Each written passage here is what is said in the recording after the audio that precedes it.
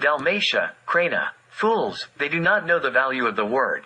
Half is more than the whole. Hesiod. In order to present Serbian right in Krajina, specifically in Krajina and Dalmatia, it is necessary to first look at historical developments. Krajina is inseparable from Dalmatia, which it covers, but Dalmatia is older and much more well-known. In the long, turbulent, and glorious Serbian history, certain Serbian provinces have had a leading role among Serbian lands at different times. One of the most illustrious among them was Dalmatia, which we wish to acquaint the contemporary Serbian and wider public with in more detail. Serbs need to generally know their own past, who their ancestors were, where they lived, and what they left behind as heritage. Today, it is essential for Serbs to know what is theirs and what has been left to them by their ancestors, which are Serbian lands and what makes them Serbian. After the conquest of the city of Sard, Skodra, the capital of Illyrian Serbia, in 169 BCE, the remaining free Serbian tribes gathered at an assembly in the fortress of Dalma around 160 BCE and formed an alliance to resist the Romans. They referred to the tribes of the Dalmatian alliance as Dalmatae, and thus the name Dalmatia came into existence. The fortress of Dalmata was located on the upper course of the Neretva River. 3 years later, the Roman consul Figulus launched an attack on the Dalmatae and was defeated by them near Positel on the Neretva. The Romans themselves will tell us who these Dalmatae were. Consul Fulvius Flaccus attacked the Dalmatae in the Neretva Valley in 135 BCE, and on that occasion, the Romans referred to the Dalmatae as Serbs. Roman writers say that Flaccus waged war against the Vardae and the Serbs, and his main goal was to push the Serbs from the coast towards Bosnia. Thus, the name of the Dalmatae and Dalmatia has been linked to the Serbs from its very inception. In the same year when Consul Flaccus waged war against the Serbs, the Romans began using the name Dalmatia in the area of ancient Illyria, and this name spread further across the entire Helm Peninsula. The great uprising of Serbian tribes in Dalmatia and Posavina against Roman rule ended after heavy battles with a compromise peace in the year 9. According to the peace treaty, the Serbs were granted Roman citizenship along with the obligation to serve in the Roman legions. Lists of new Roman citizens and military conscripts were then made, and the following Serbian tribes are mentioned in the region of Dalmatia: Glindici, Dermasti, Dorci, Desnajati, Dindari, Leviti, Dend, Grabiani, and Deretić. This confirmed the ethnic character of the Dalmatae. Dalmatia produced several Roman emperors of Serbian origin, the most famous of whom was Diocletianus. In Solin, a city in Dalmatia, Illyrian Serbia was revived as a Serbian national state after the fall of the Roman Empire in 461 CE by the military commander Marcellinus, the then commander of the Roman imperial fleet. Dalmatia was the central region of Serbia for about 7 centuries, as the wider Dalmatia extended to the Macha River, and Skadar was also within its borders. Skadar is the old Sarda, or the proud city of Sardonic, as referred to by King Stefan Privovenčani, the city that was the capital of Serbia for the longest period. In the early Middle Ages, the entire Dalmatia, Lika, Kurbava, and Istria were territories of Serbia, and in the late Middle Ages, a part of Dalmatia south of the Krka River.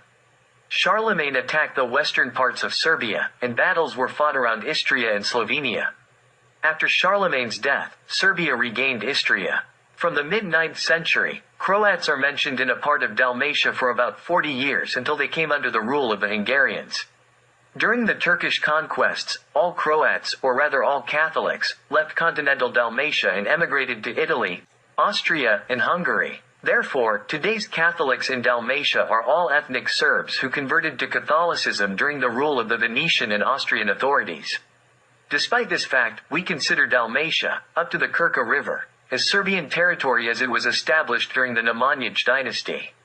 The Serbian military Krajina, Vojna Krajina, was established by the Austrian Archduke Karl in 1578 with the aim of being a defensive bulwark against the Ottoman Empire. It was a military autonomous unit with a designated territory and its capital in Karlovac. It expanded eastward to include parts of Srem, Bačka, and Banat. It was abolished by Austria in 1880 after the Congress of Berlin in 1878 granted Austria-Hungary the mandate to occupy Bosnia and Herzegovina. Thus, the Serbs from the military frontier defended the territory of Dalmatia and everything south of Zagreb as their own territory for 3 centuries.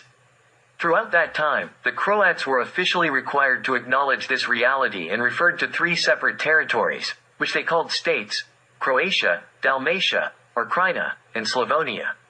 Since Croatia did not exist as a state within Austria-Hungary, this situation lasted until Serbia liberated Dalmatia, Slavonia, and Croatia. Therefore, Serbia claims a triple right to Krajina, namely Dalmatia, historical right, ethnic right, and the right of the sword. Serbs constituted the majority population of the Krajina until the Croats committed genocide against them during World War II. Genocide is a criminal act, and it does not grant the perpetrator the right to the territory of the victims. Croatians are intruders in Serbia, a single Avar tribe that, along with other Avars, invaded Serbia in 639. The Croats originate from the Turkish tribe of the Ogres from the region of the Caspian Sea. In Dalmatia, they were remnants of the defeated Avar horde whom the Serbs spared and allowed to live there.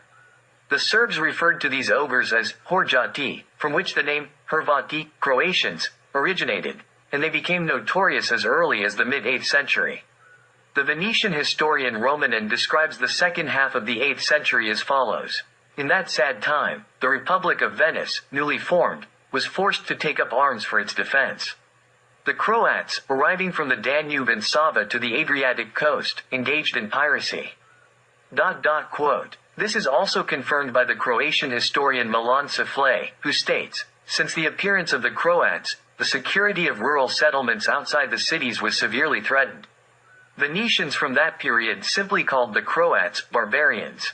Even when all Croats were Catholics and claimed to represent Western civilization while the Serbian Krajina defended them against the Turks, the Croats treated their protectors in this manner. Wherever they could capture a Serbian on their territory, they would impale him on a stake. In Preussic in 1569, they impaled 2 Serbs alive and roasted them on a spit. In 1586, some Croatian assembly passed a decision that every Serb till the Croats Sea captured in Croatian territory should be impaled on a stake while still alive. This has been confirmed by 3 Croatian writers, Vinčić, Starčević, and